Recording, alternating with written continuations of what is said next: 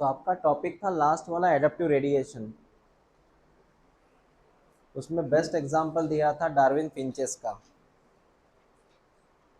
उस आइलैंड का नाम क्या था? गैलापागोस। वहाँ पे और दो तरह का रेडिएशन था, एक प्लासेंटल और एक मार्सुपियल। एक ही जगह पे दो तरह का एडेप्टेशन का मिलना, इसे मैं बोलूँगा कन्वर्जेंट। क्या बोलूँगा? याद रखना। अब वो टॉपिक हो गया अपना एनसीईआरटी में। अभी आपको नेक्स्ट टॉपिक जो है वो है लैमार्किज्म।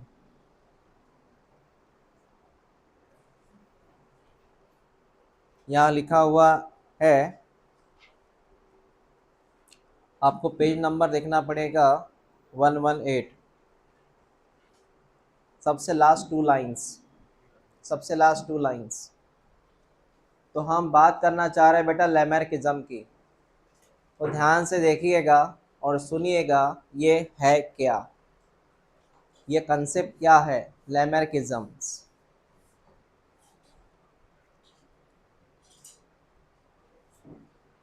आपने नोटबुक लाए हैं? हाँ, नोटबुक लाए हैं ना? देखो,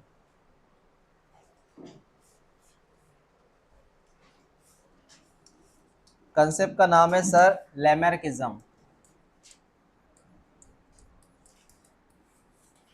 थियरी है ये। इस थियरी को एक्सप्लेन करने वाले साइंटिस्ट का नाम था लेमार्क। लेमार्क नाम के साइंटिस्ट थे।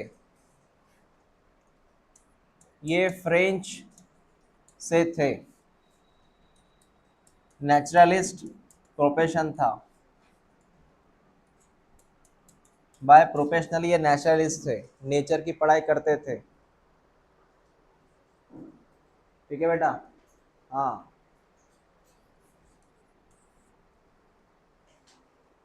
अब सुनिए उन्होंने बोला क्या था। उन्होंने इवोल्यूशन के बारे में क्या बात किया बाद में लिखो, पहले क्या क्या बात किया वो देखो। इनका बोलना था, ऑर्गन को अगर यूज किया जाता है, किसी ऑर्गन को अगर यूज किया जाता है, मतलब ऑर्गन यूज और डिसयूज के बारे में वो बात कर रहे थे। इनका ये बोलना है, अगर हमने ऑर्गन को मोर यूज किया तो वो ऑर्गन डेवलप होगा, और किसी ऑर्गन को लेस यूज किया तो वो ऑर्गन जो है वो यूजलेस हो जाएगा, मतलब वो डेवलप नहीं होगा। मैं रिपीट करता हूँ, ऑर्गन को अगर यूज किया तो ऑर्गन डेवलप होगा, ऑर्गन का यूज नहीं किया तो ऑर्गन वो खराब हो जाएगा, है ना? ऐसा इनका बोलना था। पहले अब इतना लिख लो, इनका मीनिंग समझाता मैं, ये क्या बोल रहे सर आप।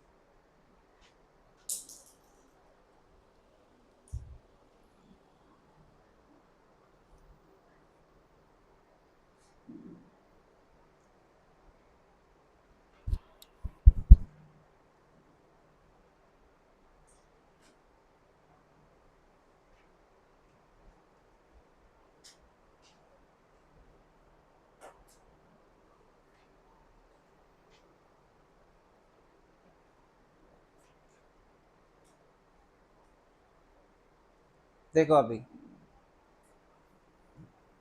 ये लास्ट देखो, the character acquired during life is also transfer to next generation. पूरा मीनिंग क्या है वो सुनो। हो गया लिखना सबका? देखो भाई देखो, यहाँ मैं उसी की बात करूंगा। एग्जाम्पल है जिराफ। एग्जाम्पल है बेटा जिराफ। उन्होंने बोला जिराफ की जो गर्दन लंबी हुई है, उस गर्दन गर्दन को लंबा करने के लिए उसने रोज प्रैक्टिस किया। रोज प्रैक्टिस किया गर्दन को लंबा करने के लिए, तब जाके उसकी गर्दन लंबी हुई। मतलब उनका बोलना है कि वो गर्दन वाले ऑर्गन पे रोज प्रैक्टिस करता था, रोज उसको खींचता था, उसकी गर्दन लंबी हो गई। ये उनका बोलना है। जैसे क्या होता था, अब ये जिराफ है, इसकी गर्दन छोटी दिख रही है आपको, क्योंकि वो नीचे वाले घास खाता था, जो उसके लेवल पे घास है वो खाता था। फिर पेड़ बड़े हो गए, घास ऊपर चली गई, घास ऊपर चली गई, उसने गर्दन को खींचना शुरू किया। जब वो गर्दन को खींच रहा था तो कुछ इंटरनल फोर्सेस थे, इंटरनल फोर्सेस काम करके गए, गर्दन हल्का सा लंबा हो गया। फिर उसने गर्दन को और बढ़ाया तो उसकी गर्दन और बड़ी हो गई, क्योंकि वो ये उसको ये घास खाने वाली थी। अब ये वाला जो जिराफ है इस घास को खा नहीं सकता क्योंकि हाइट छोटी है। फिर वो कहाँ पे कोशिश करेगा? गर्दन पे। तो मैं वही बोला, उसने ऑर्गन पे कोशिश किया, उसने ऑर्गन के ऊपर यूज किया, तो ऑर्गन यूज करने से ऑर्गन डेवलप हुआ। ऑर्गन डेवलप का मतलब गर्दन क्या हो गई? लंबी हो गई। अब ये जो जिराफ है, एक बार इसकी गर्दन लंबी हो गई तो इस जिराफ के आने वाली जितनी भी संतानें हैं, जनरेशन 1 जनरेशन 2, इसमें भी वही कैरेक्टर आएगा। कौन सा कैरेक्टर? लंबी गर्दन वाला। बताओ जिराफ ने कौन सा कैरेक्टर एक्वायर किया उसके जीवन में? Long neck. जिराफ ने कौन सा कैरेक्टर अप्लाई किया? उसने मतलब उसने एक्वायर किया, उसने प्राप्त किया, बहुत मेहनत के बाद उसने प्राप्त किया। जैसे आपने कोई बड़ी से जॉब प्राप्त की बड़ी मेहनत करने के बाद, तो इसने वो जॉब प्राप्त कर लिया, मतलब उसने लंबी गर्दन प्राप्त किया। अब यही लंबी गर्दन जो कैरेक्टर है उसके बच्चों में जाएगा। ऐसा कहना किसका है? लेमार्क का, जिससे हम एग्री नहीं हो सकते। एग्जाम्पल है, एक पेरेंट्स है जिन्होंने बहुत ब्रेन को डेवलप किया, ब्रेन को डेवलप किया, ब्रेन को डेवलप किया, उन्होंने एक्वायर किया ब्रेन वाला कैरेक्टर। क्या वो कैरेक्टर उनके बच्चों में जाएगा? अरे जाएगा कि नहीं जाएगा? जाएगा कि नहीं जाएगा? नहीं जा सकता। लेमार्क जी वहां गलत थे। आपने, अगर आपका थोड़ा स्किन टोन सावला सा है और हमने कितना भी फेयर एंड लवली लगाया लगाया लगाया, हो गए सफ़ेद, हो गए पूरा चूना पाउडर जैसे सफ़ेद हो गए, जस्ट लाइक मैदा, क्या वो कैरेक्टर बच्चों में आएगा? कैसे आ सकता? डीएनए में वो चीज़ है ना ऑलरेडी बैठी हुई। समझ रहे बात को? नहीं आ सकता सर। कोई बच्चा अगर कॉम्प्लेन खा खा के, बोर्मिटा पी पी के, अगर उसकी हाइट भी बढ़ गई, उसकी हाइट उसने बढ़ा ली जिम्नास्टिक लगा के, स्विमिंग लगा के, क्या वो कैरेक्टर उसके बच्चों में आएगा? नहीं आ सकता सर। तो ये थ्योरी गलत है? हाँ गलत है। लेमार्क का क्या बोलना था? अगर आप जिस ऑर्गन के ऊपर प्रयत्न करेंगे वो ऑर्गन बढ़ जाएगा और वही ऑर्गन आपके बच्चों में एज इट इज आएगा। ये लेमार्क जी का बोलना था। क्या ये सही है? गलत है। क्या ये गलत? इसलिए आपने वो स्टेटमेंट लिखा ना, वो ऑर्गन यूज एंड डिसयूज वाला, वो है वो। और तीसरा स्टेटमेंट क्या लिख के दिया मैंने? क्या लिख के दिया मैंने तीसरा स्टेटमेंट? कहाँ गया वो? The character acquired during life is transfer to. अगर आपने खुद की हाइट बढ़ा ली, अपने कैरेक्टर बढ़ा लिया, मतलब हाइट वाला कैरेक्टर, क्या बच्चों में आएगा? नहीं आया सर, वो आएंगे ही नहीं, वो पूरा डीएनए पे डिपेंड है। ऐसी बात है बेटा ये।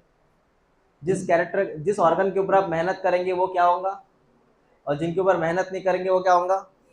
जैसे इस छिपकली को देखो, एक्चुअल में छिपकली नहीं है, सांप है, सांप है, ये स्नेक है। इस स्नेक को आप देखेंगे पैर है पहले से। क्या सर पैर है? हाँ बेटा खुद देख ले, ये देख उसके पैर, इसको पैर है, लेकिन ये पैरों का यूज ही नहीं कर रहा था। नो यूज एनी ऑर्गन, मतलब वो पैरों का यूज ही नहीं कर रहा था। तो क्या हुआ, इसके पैर गायब हो गए। सांप को पैर है क्या अभी? पहले बोलते हैं सांप को पहले पैर थे, उसने यूज ही नहीं किया, पैर गायब हो गए, डिसअपियर। समझ रहे कितनी मजाक की बात है? पैर थे सांप को, यूज नहीं हुआ, डिसअपियर हो गए। ठीक है, हाँ। इसने यूज किया तो ऑर्गन डेवलप हुआ, गर्दन डेवलप हुई। इसने पैरों का यूज नहीं किया तो पैर गायब हो गए। तो ये है डेवलप और ये है डिसअपियर। ऐसी बातें हैं लेमार्क की। ठीक है बेटा, हाँ।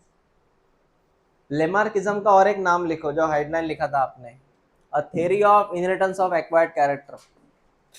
लेमार्किज्म का और एक नाम लिखो, theory of inheritance of acquired character.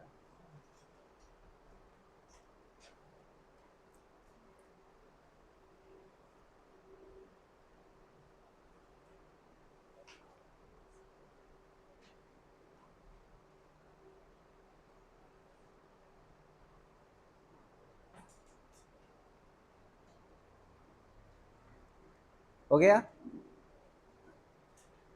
Theory of inheritance of acquired character. ठीक है, तो जब भी आप organ use and miss use या डिसयूज या डिसअपियर, तो उसमें आप इनका याद रखना नाम, किसका? लेमार्क का। ठीक है, हाँ। अब ये लेमार्क की बात चालू है बेटा, एग्जाम्पल क्या लिखेगा तू? Long neck of giraffe, example लिख, neck of giraffe, long neck of giraffe, example लिख। मतलब उन्होंने कौन से एनिमल पे एक्सपेरिमेंट किया था? लेमार्क ने लॉन्ग नेक ऑफ जिराफ पे एक्सपेरिमेंट किया था।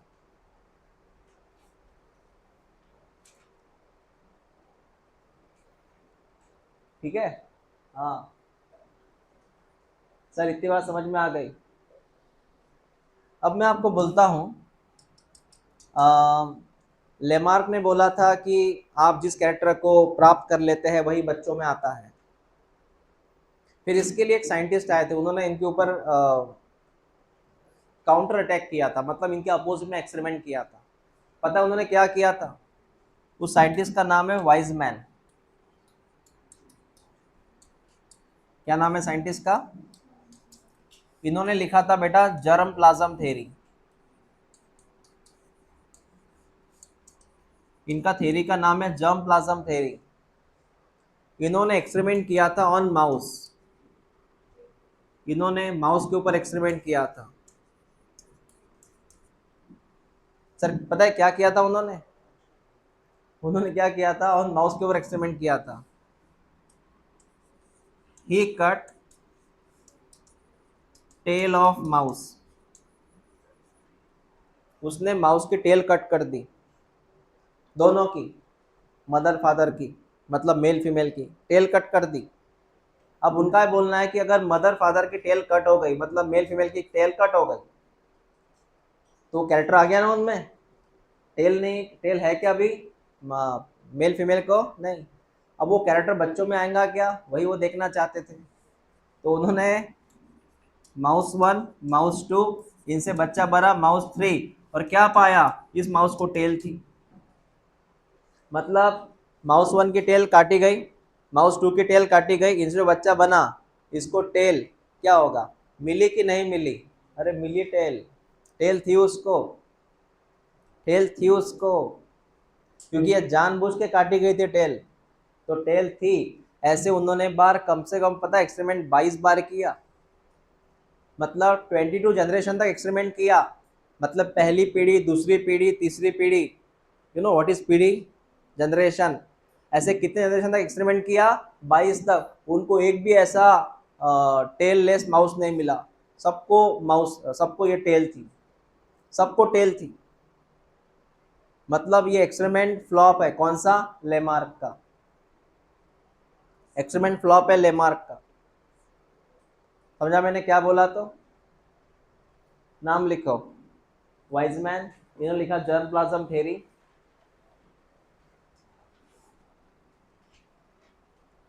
मैं जितना बोलूँ उतना ही लिख लेना उसमें।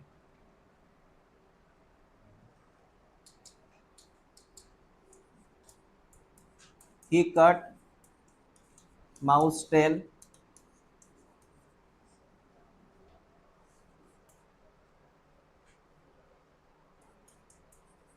for 22 generation.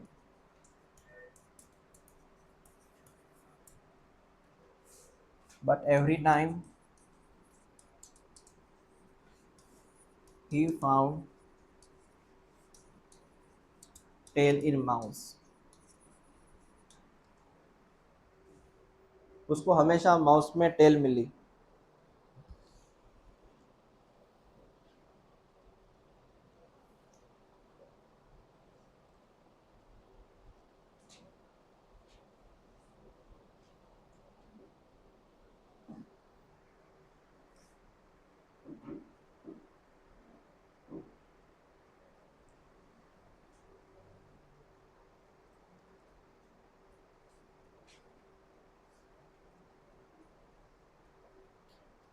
क्लियर हुआ? तो वाइजमैन ने लेमार्क के थ्योरी को रिजेक्ट किया सीधा सीधा, चलो नहीं होना ये थ्योरी आपकी, इसलिए एक स्टेटमेंट लिखो वाइजमैन के बारे में। ही डिसप्रूव लेमार्क थ्योरी। ही डिसप्रूव लेमार्क थ्योरी। उसने लेमार्क की थ्योरी को डिसप्रूव कर दिया।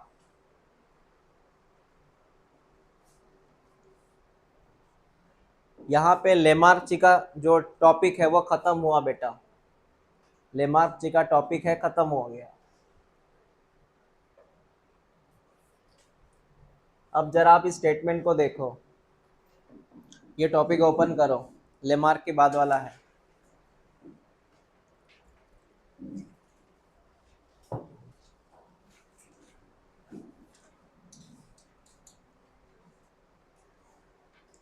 सुनो, बड़ा खूबसूरत स्टेटमेंट है।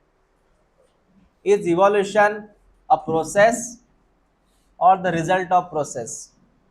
है ना खूबसूरत स्टेटमेंट। इवोल्यूशन क्या है? प्रक्रिया है कि प्रक्रिया का रिजल्ट है? इज इट प्रोसेस या फिर रिजल्ट ऑफ प्रोसेस? क्या लगता है आपको? इज इट प्रोसेस या रिजल्ट ऑफ प्रोसेस? प्रोसेस है। श्योर? क्वेश्चन मार्क है। आगे बात करते हैं। देखो, देख बेटा, अगर आप सुन ले मेरी बात, आप दो तरह के चीजें पाते हैं अर्थ के ऊपर। दो तरह की चीजें होती है अर्थ के ऊपर, एक नॉन लिविंग, एक लिविंग। इसका मतलब नॉन लिविंग और इसका मतलब लिविंग। जब आप दो तरह की चीजें पाते हो, नॉन लिविंग और लिविंग, तो इवोल्यूशन क्या है? It is the only the success story of evolution. मतलब इवोल्यूशन एक कहानी है, बस एक कहानी की तरह है। मैं सिर्फ बोलूं लिविंग नॉन लिविंग, तो इवोल्यूशन जस्ट एक कहानी है और कुछ नहीं है।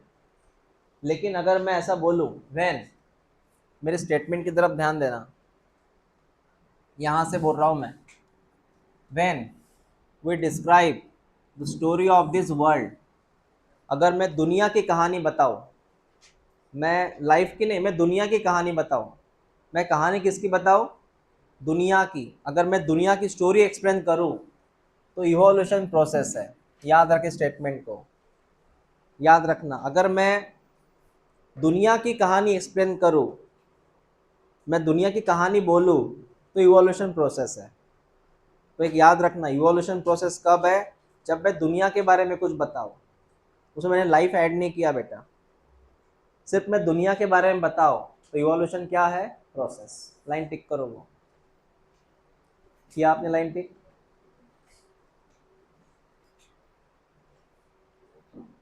लेकिन लेकिन सुन मेरी बात, लेकिन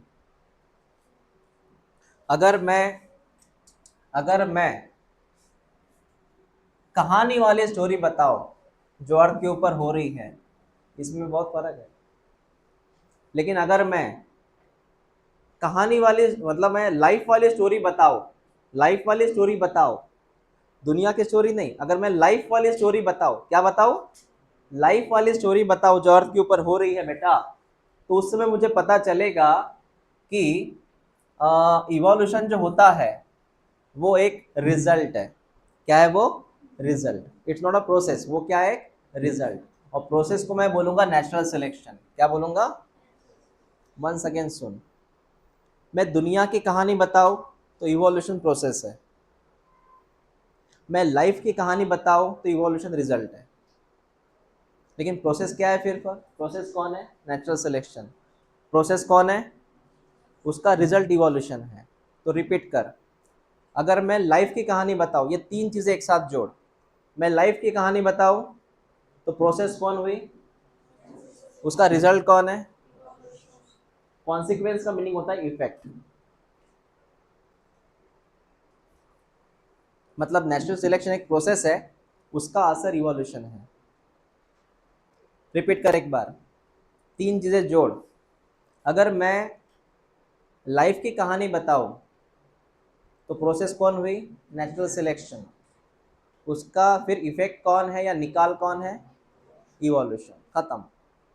दोनों बातें आ गई, इसलिए मैंने जानबूझ के वो टिक करके दिया तुझे, स्टेटमेंट में आएगा ये।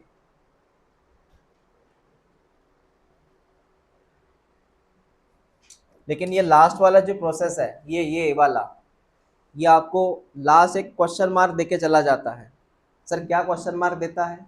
सुनो, we are still not very clear whether to regard evolution. लेकिन अब हम अभी भी थोड़ा कंफ्यूज है इवोल्यूशन और नेचुरल सिलेक्शन के बारे में, एज अ प्रोसेस या and result of unknown process. Sir ये क्या था? ये भी समझाता हूं, ध्यान दे। ये लास्ट वाला स्टेटमेंट देख ले, यहां वो कंफ्यूज है दोनों के बारे में, इवोल्यूशन और नेचुरल सिलेक्शन के बारे में कंफ्यूज है वो। किसके बारे में? उनको ये कंफ्यूजन है कि दो में से प्रोसेस कौन है, इवोल्यूशन प्रोसेस है कि नेचुरल सिलेक्शन प्रोसेस है। बस इतना याद रखो ये लास्ट वाले स्टेटमेंट में, ये अभी भी क्लियर नहीं है, इवोल्यूशन प्रोसेस है कि नेचुरल सिलेक्शन प्रोसेस है, दो में से एक्चुअल प्रोसेस कौन है, दे आर कंफ्यूज। समझा मैंने क्या बोला? बस इतनी बात याद रखो। इसलिए तीन जो स्टेटमेंट मैंने अब तक बोले, इनकी तरफ थोड़ा फोकस करना। एनसीईआरटी में नया पे ये देखो कंसेप्ट, उसमें ये पीला कलर का मैंने एक मार्क किया है, ये लाइन ऑब्जर्व करो, ये आईएमपी क्वेश्चन है, क्वेश्चन आईएमपी है।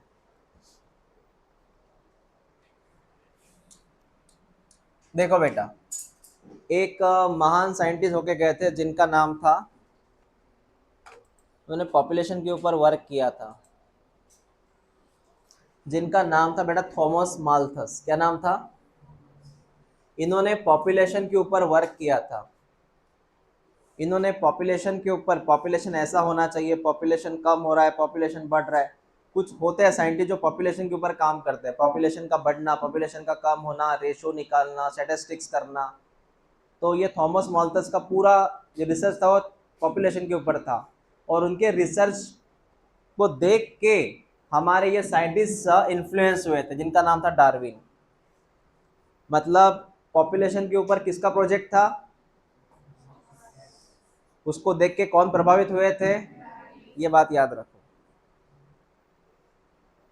तो डार्विन ने अपने किताब में कुछ लिखा है पॉपुलेशन के बारे में, वो पॉपुलेशन वाला जो टॉपिक है उस उनको जो आया किताब का, वो इन साइंटिस्ट को देख के आया, ऐसा था वो। इसलिए वो पीले कलर की लाइन टिक करो। अब मैं थोड़ा पॉपुलेशन के ऊपर बात करूंगा बेटा, सुनो मेरी बात। मैं पॉपुलेशन के ऊपर बात करूंगा और वन बाय वन सुनिएगा, कंफ्यूज मत होना, कंफ्यूज मत होना, ध्यान दे इधर। मैं बात कर रहा हूँ पॉपुलेशन को लेके। देखो, अगर हमारे नेचुरल रिसोर्सेज लिमिटेड है, मतलब पानी कम है, खाना कम है, जंगल में घास कम है, तो कौन कम हुआ? तो पॉपुलेशन आपका स्टेबल रहता है। कैसा रहता है? स्टेबल। जैसे अभी क्या है, सुनो, अभी अभी स्टेट क्या है, इंडिया की हालत क्या है? अभी इंडिया की हालत है, किसी पेरेंट्स को हार्डली मैक्स टू मैक्स 3 बच्चे रह सकते, उसके ऊपर नहीं होते। एक बच्चा होगा, 2 बच्चा होगा, मैक्स टू मैक्स 3, उसके ऊपर नहीं। लेकिन यहाँ से या तुम 40 साल पहले जाओ, एक पेरेंट्स कम से कम 5-5 बच्चे हुआ करते थे। देखना आपको कितने, मतलब ग्रैंडफादर को कितने बच्चे थे? 5 सगे भाई। अभी नहीं है वैसा। क्यों सर? क्योंकि सर हालात देख के, महंगाई देख के, कंपटीशन देख के अब वो नहीं है, पहले था। तो मैंने क्या बोला, जैसे रिसोर्स कम हो जाते हैं, आपका जो पॉपुलेशन है वो कंट्रोल में आ जाता। समझ रहे बात को? हाँ। तो सर रिसोर्स कम होने से कौन स्टेबल हो गया? पॉपुलेशन। सिर्फ एक्सेप्शन केस है, एक्सेप्शन केस है बेटा, सीजनल फ्लक्चुएशन। ये सीजनल फ्लक्चुएशन बताता हूं मैं क्या है। देखो, जंगल का एरिया है, जंगल में 2 तरह के समय रहते हैं, एक धूप और एक घास वाला एरिया, मतलब जहाँ पे बहुत घास आ चुकी है। तो ये जो हिरन होता है, कोई भी हर्बिवोरस एनिमल, वो मैक्सिमम बच्चे बनाता है उस वक्त जब जंगल में ज़्यादा घास अवेलेबल हो, अदरवाइज पूरा सेशन वो बच्चे नहीं बनाता। मतलब बच्चों की पॉपुलेशन तब बढ़ेंगी जब वहाँ पे सीजनल होगा, सीजनल मतलब खाने पीने के लिए बहुत सारी चीज़ें अवेलेबल होगी। समझा मैंने क्या बोला? तो क्लियर हुआ ना ये? हाँ। तो सर उनका पॉपुलेशन कब ज़्यादा रहेगा? जब क्या सीजनल फ्लक्चुएशन होगा, अदरवाइज पूरे साल भर पॉपुलेशन स्टेबल रहता है। ओके। उसके बाद में ये वाली लाइन देख, the member of population very in characteristics. देखो, हम जितने बैठे ना यहाँ पे, उनके सबके कुछ ना कुछ कैरेक्टर अलग अलग है, कैरेक्टर मिलते जुलते नहीं अपने। मतलब जितने यहाँ बच्चे बैठे हैं सब में कुछ ना कुछ अलग अलग कैरेक्टर है, मैं वो बात कर रहा हूँ। मतलब 2 पर्सन सेम नहीं हो सकते, उनमें वेरिएशन होता है। क्या होता है? हाँ। हमारा 99.9% डीएनए मिलता है, हमारा 0.1% डीएनए अलग है, इसलिए हमारी शक्ल अलग है, हमारी हाइट अलग है। बाकी सब सेम है, सबके अंदर इंसुलिन बनता है वो सेम है, वो 99 में आया। जो चीज़ अलग है वो 0.1% में डिफरेंस में आती है। समझा मैंने क्या बोला? तो सर ये लाइन याद रखना बेटा, no 2 person are alike. 2 person same हो ही नहीं सकते, भले वो आपको सुपरफिशियली सिमिलर दिख रहे हो, भले उनकी शक्ल हल्की हल्की सी मिल रही हो, या डुप्लीकेट घूमते हैं एक शक्ल वाले। जैसे कुछ अजय देवगन के हम शक्ल आते हैं, टेढ़ी गर्दन ऐसे करके, वो सुपरफिशियली दिखता है लेकिन एक्चुअल में वो है ही नहीं वो सेम। समझ रहे बात को? आपको चित्ता और बीबट में फर्क पता है? पहले नहीं होता होगा, पहले कंफ्यूज रहते होंगे, ये बीबट कौन है, चित्ता कौन है। एकदम जब पता नहीं था आपको बीबट कौन है, चित्ता कौन है। बीबट पता है आपको? बिबटिया। हाँ। और चित्ता? हाँ, बिबटिया अलग। हाँ, बिबटिया कितना। हाँ,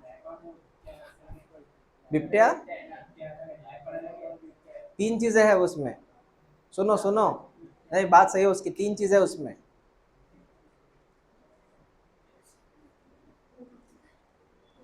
चित्ता अलग है, लेपर्ड अलग है।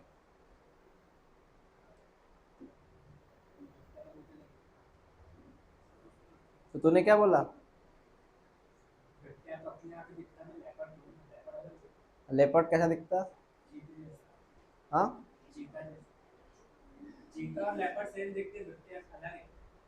ओके।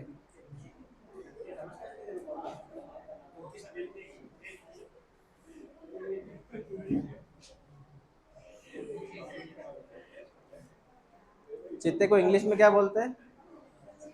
चित्ता ही बोलते हैं। हाँ, आप ढूंढ के ला, चित्ते को इंग्लिश में क्या बोलते हैं? क्या चित्ता बोलते हैं? ढूंढ के लाओ, चित्ते को इंग्लिश में क्या बोलते हैं, या उसका जूलॉजिकल नेम क्या है बोलना। देखना जूलॉजिकल नेम क्या है चित्ता का। सर इसमें वेरिएशन आते हैं सर, दो पर्सन एक जैसे नहीं हो सकते।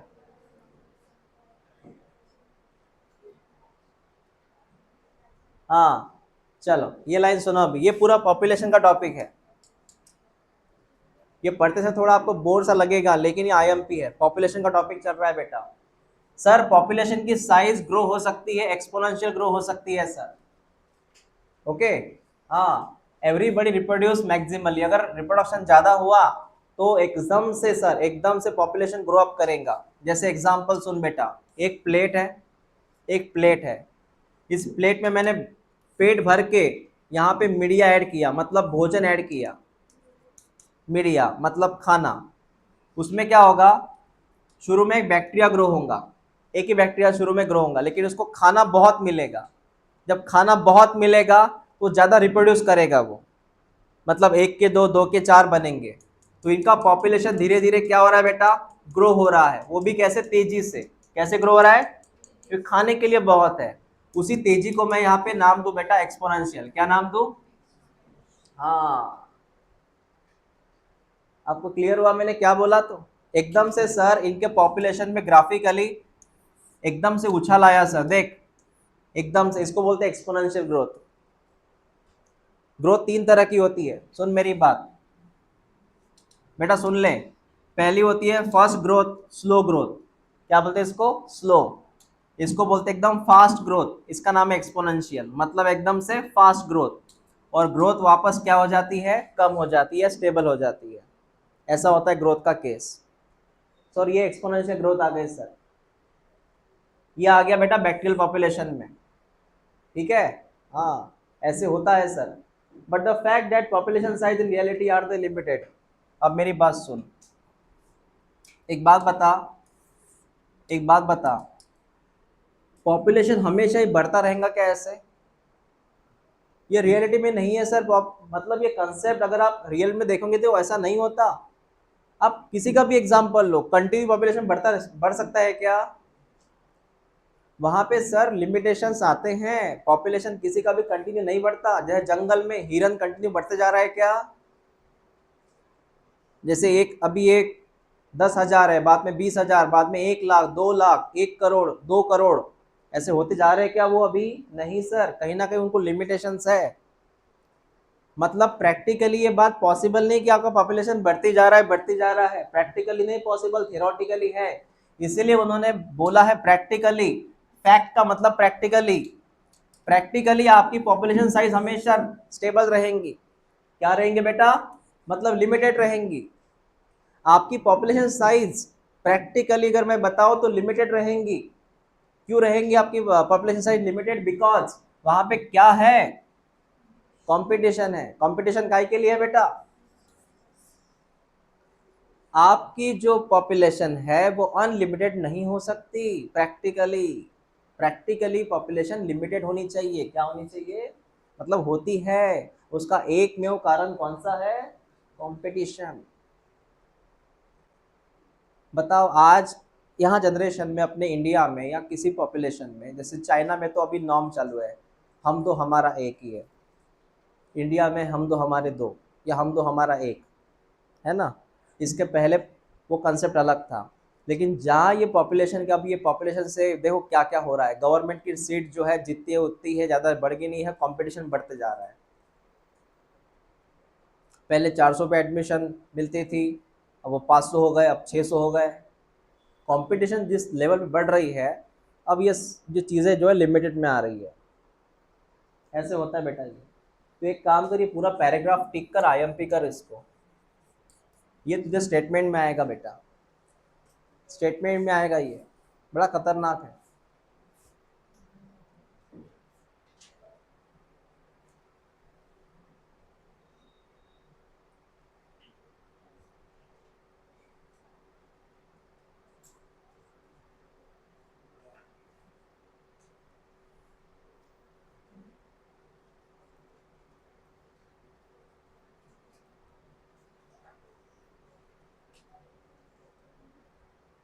हाँ, ये टॉपिक ओपन कर, बाकी वो बीच में डार्विन का टॉपिक है,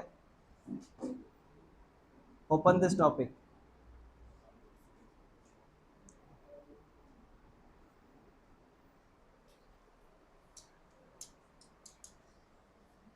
हाँ सुनो,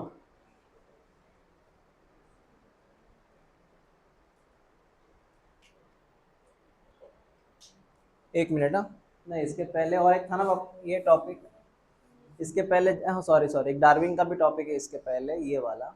सुनो मेरी बात, ये डार्विन नाम याद रख, ये क्या बोल रहे हैं देख इधर।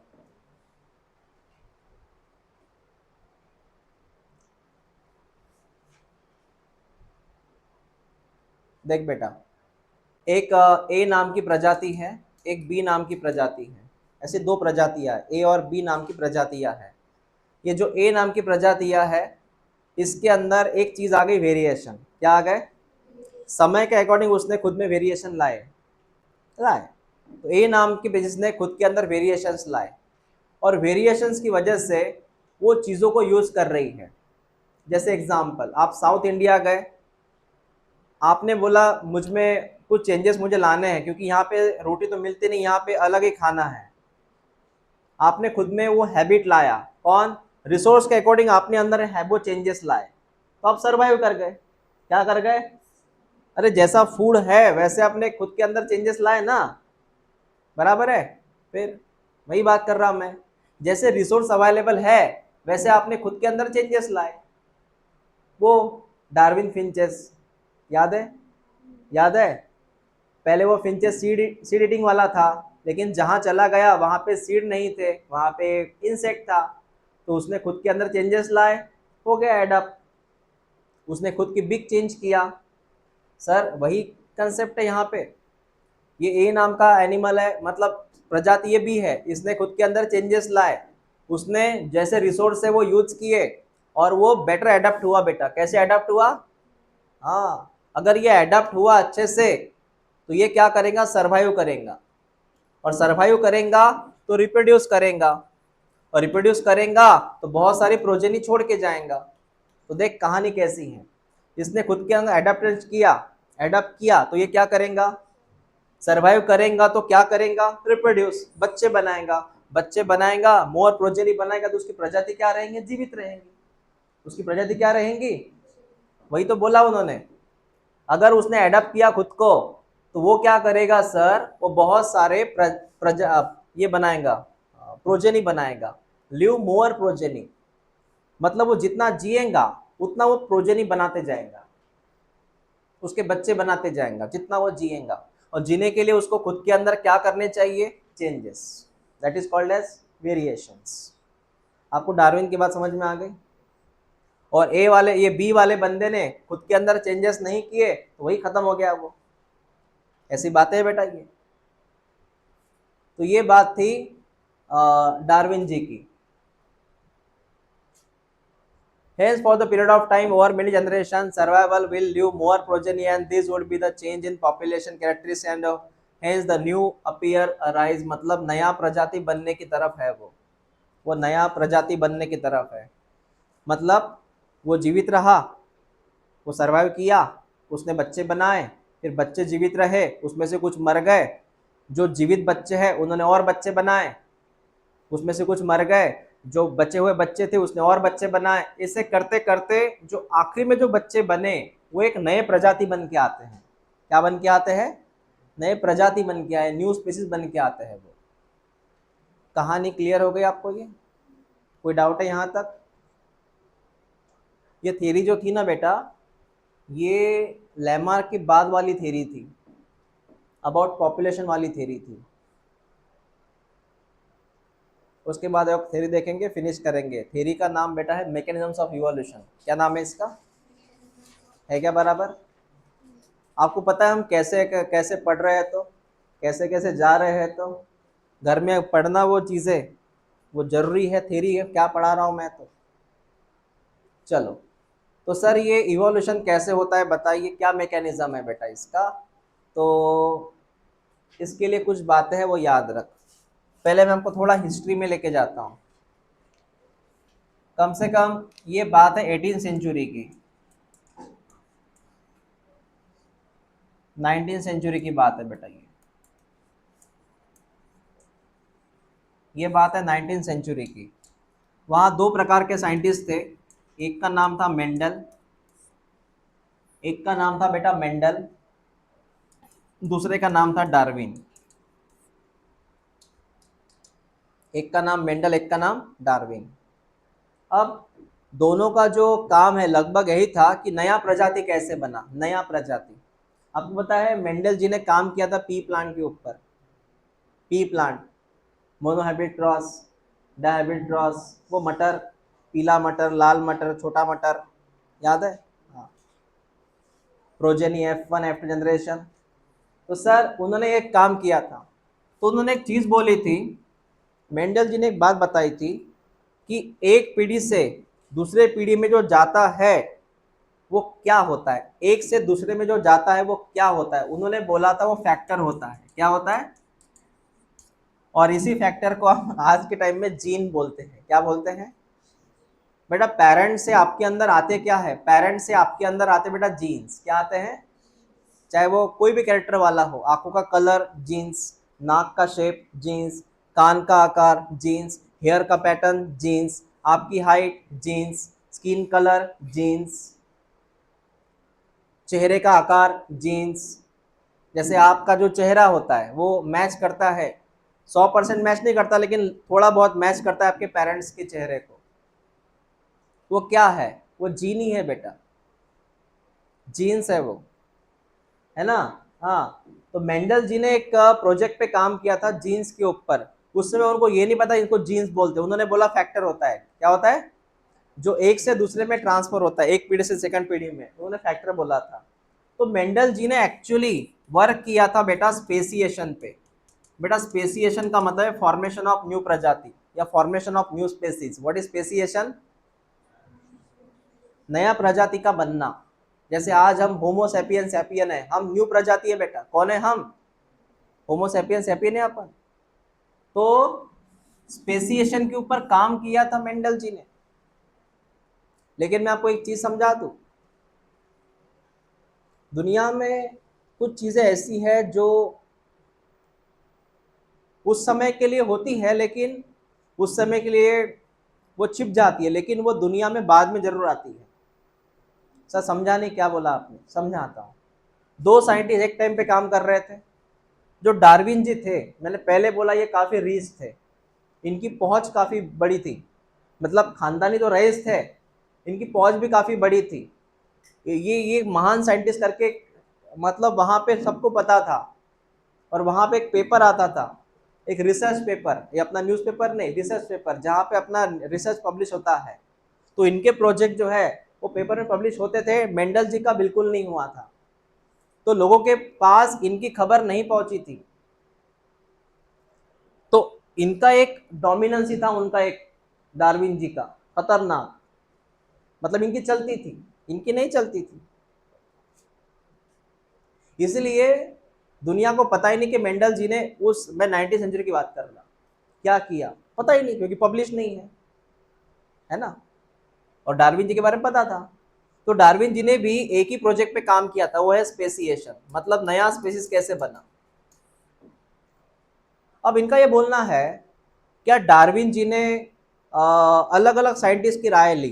क्या मेंडल जी की राय नहीं ली उन्होंने? क्योंकि हम जब रिसर्च करते हैं ना, तो इसने क्या किया, उसने क्या किया, उसने क्या किया, वो आप देखते हो। जैसे स्कूल में प्रोजेक्ट करते थे, आप देखते थे उसने क्या किया, यूट्यूब से ढूंढो, ये करो वो करो। तो डार्विन जी ने इनका भी नाम सुना होगा ना कहीं।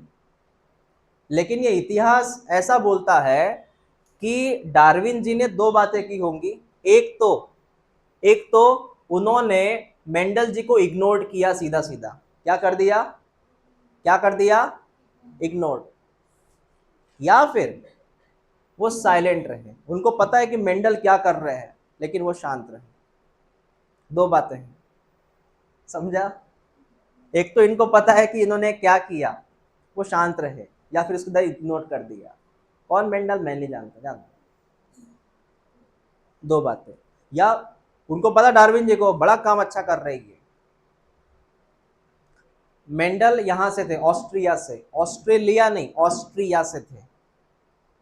कहां से थे, ऑस्ट्रिया से थे मेंडल,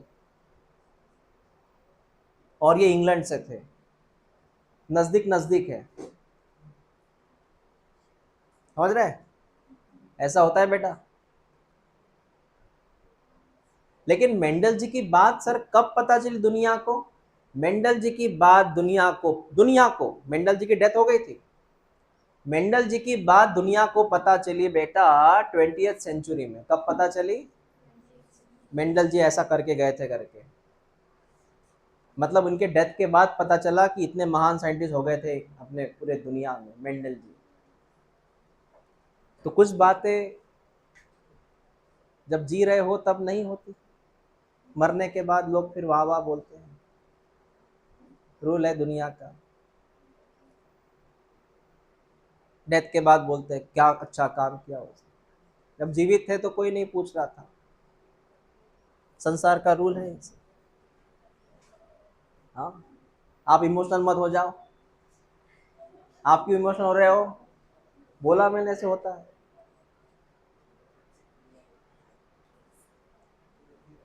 इतनी बात समझ में आ गई? हाँ हाँ। अब वहां पर लेमार्क थ्योरी हो गई बेटा। थ्योरी कौन सी हो गई? लेमार्क। उसके बाद डार्विन जी की बात कर रहे थे अपना, डार्विन ने ऐसा किया वैसा किया, डार्विन थ्योरी थी। वो कौन थ्योरी थी? अब तीसरा थ्योरी लिखो, म्यूटेशन थ्योरी। लिखो म्यूटेशन थ्योरी करके लिखो। लेमार्क थ्योरी हो गई, डार्विन थ्योरी हो गई, अब लिखो म्यूटेशन थ्योरी। लिख बेटा म्यूटेशन थ्योरी। सर क्या लिखना है इसमें? हाँ लिख, ये थ्योरी पहले किसने एक्सप्लेन की? म्यूटेशन थ्योरी बेटा explain by Hugo de varies. Scientist का नाम है, बाय ह्यूगो डी वेराइज। उन्होंने सर काय पे प्रोजेक्ट किया था बेटा? Work on evening primrose. एक प्लांट का नाम है, एक प्लांट का नाम है इवनिंग प्राइमरोज, उसके ऊपर उन्होंने वर्क किया था।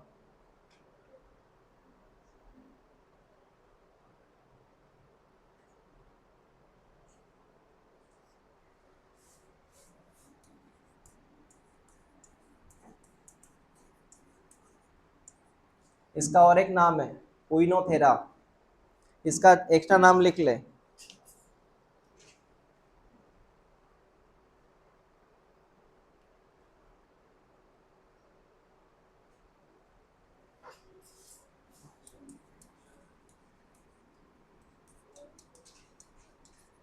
पोइनोथेरा लेमार्किनिया, फिर कियाना।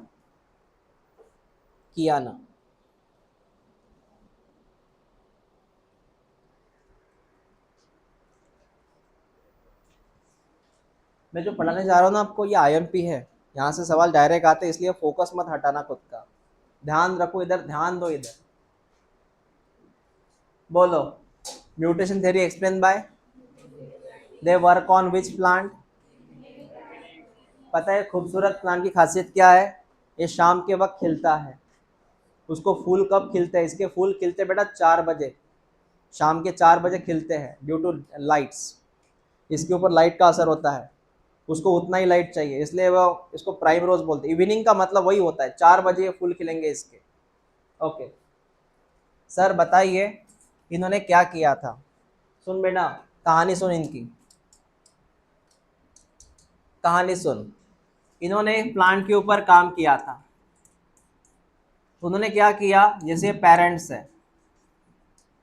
पेरेंट्स से मिला जनरेशन 1, उससे मिला जनरेशन 2, पेरेंट्स से मिले पहली संतान, फिर ये संतानों की ये नेक्स्ट संतान, इसकी ये संतान है ना, फिर इसकी ये संतान।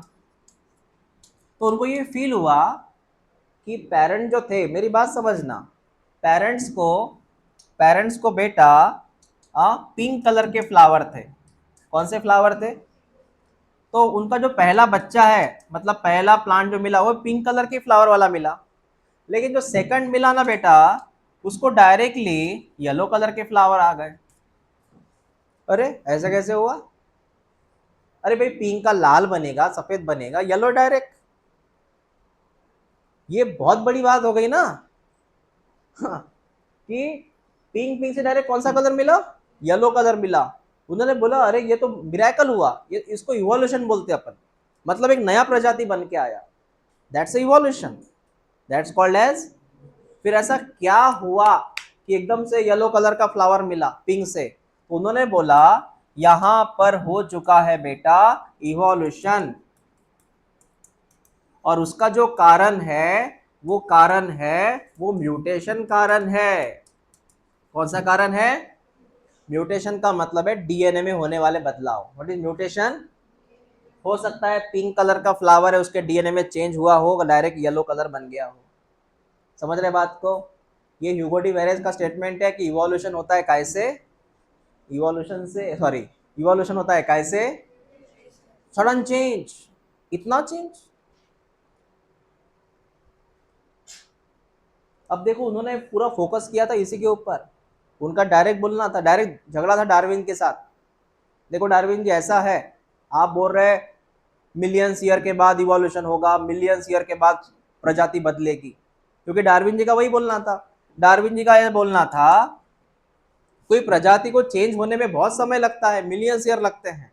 जैसे कि एक प्रजाति है, ये सफेद कलर की प्रजाति है, अब इस सफेद कलर के प्रजाति को अगर ब्लैक कलर की प्रजाति बनना है तो उसको मिलियंस ईयर लगेंगे। कितने ईयर लगेंगे? हाँ, जैसे आदि मानव की शक्ल कैसी थी, आज हमारी शक्ल कैसी है, मिलियंस ईयर लग गए। ये डार्विन जी का बोलना था, इनका बोलना अलग ही है। ये बोले सर तुरंत होता है सर इवोल्यूशन। कौन? Hugo de varies. उसका एकमेव कारण कौन है सर? म्यूटेशन। आपको समझ में आया? तो जल्दी स्पेसीज बनती है म्यूटेशन की वजह से। ये किनका बोलना है? Hugo de varies. नाम याद रखो इनका। कौन? एक नया प्रजाति बनने में सदियां लगती है, किसना बोलना था? ये कंसेप्ट क्लियर हुआ पहले? समझ में आया आपको? तो म्यूटेशन, जब भी वर्ड लू मैं किसकी याद करें आप? और नेचुरल सिलेक्शन में वर्ड लू किसकी बात करेंगे आप? समझ में आपके? आप natural selection Darwin, mutation natural selection से इवोल्यूशन होता है, किसने बोला था? म्यूटेशन से इवोल्यूशन होता है, किसने बोला था? दो शब्द अलग अलग हो गए। हाँ, यही तो बात हो गई थी बेटा। अब एक डिफरेंस याद रख, व्हाट ह्यूगो डी वेराइज से,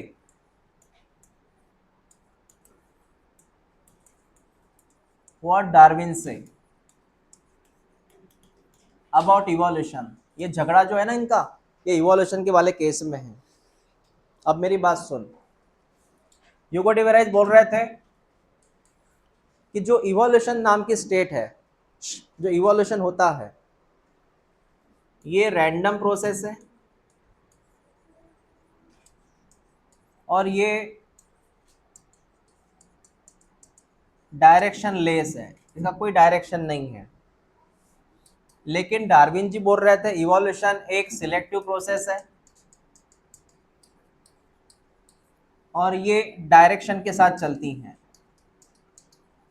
देखो दोनों में अलग अलग बात है। रैंडम का मतलब है कहीं पर भी जा सकता है वो, सिलेक्टिव का मतलब है जहां उसका सिलेक्शन है उधर जा सकता है वो। समझ में आया? ये पहला फर्क है बेटा। दूसरी बात, ये डिसकंटिन्यू प्रोसेस है, इनका बोलना है ये कंटिन्यू प्रोसेस है। इनका बोलना है कि ये, मेरी बात सुन रहे, ध्यान दे इधर, इसमें एक टॉपिक आता है सॉल्टेशन, ये वर्ड याद रख, आईएमपी है। सॉल्टेशन का मतलब है वन स्टेप लार्ज चेंज। आपको याद है वो पिंक कलर का फ्लावर था और तुरंत येलो कलर मिला, जनरेशन कौन सी थी वो, सेकंड, तुरंत येलो कलर मिला ना, मतलब सर बहुत कम टाइम में बहुत बड़ा बदलाव, कम टाइम में बहुत बड़ा बदलाव। जब कम टाइम में बहुत बड़ा बदलाव होता है, नया प्रजाति बनता है कम टाइम में, उसको हम क्या बोलेंगे? हाँ। लेकिन इनका ये बोलना था इवोल्यूशन बड़ी स्लो चलती है, तो it is gradual process. Gradual process का मतलब बेटा स्लो चलने वाली, ग्रेजुएशन जैसी, स्टेप बाय स्टेप।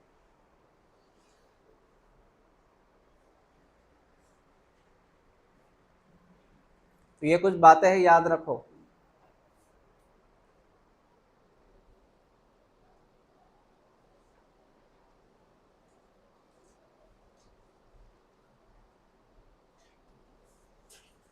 हाँ, इन्हें बोला था उन्होंने कि म्यूटेशन जो होता है ये लार्ज होता है, बहुत ज़्यादा होता है म्यूटेशन, मतलब इवोल्यूशन काफ़ी ज़्यादा होता है। उन्होंने बोला है इट इज़ अ स्मॉल, उन्होंने बोला लार्ज चेंजेस, बहुत बड़े चेंज होते हैं। इन्होंने बोला ऐसा नहीं है, स्मॉल चेंजेस होते हैं।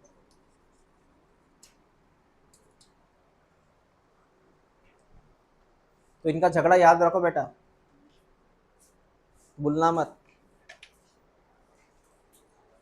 है ना पलक? बोल, कोणाविषयी बोललो मी आता? हाँ,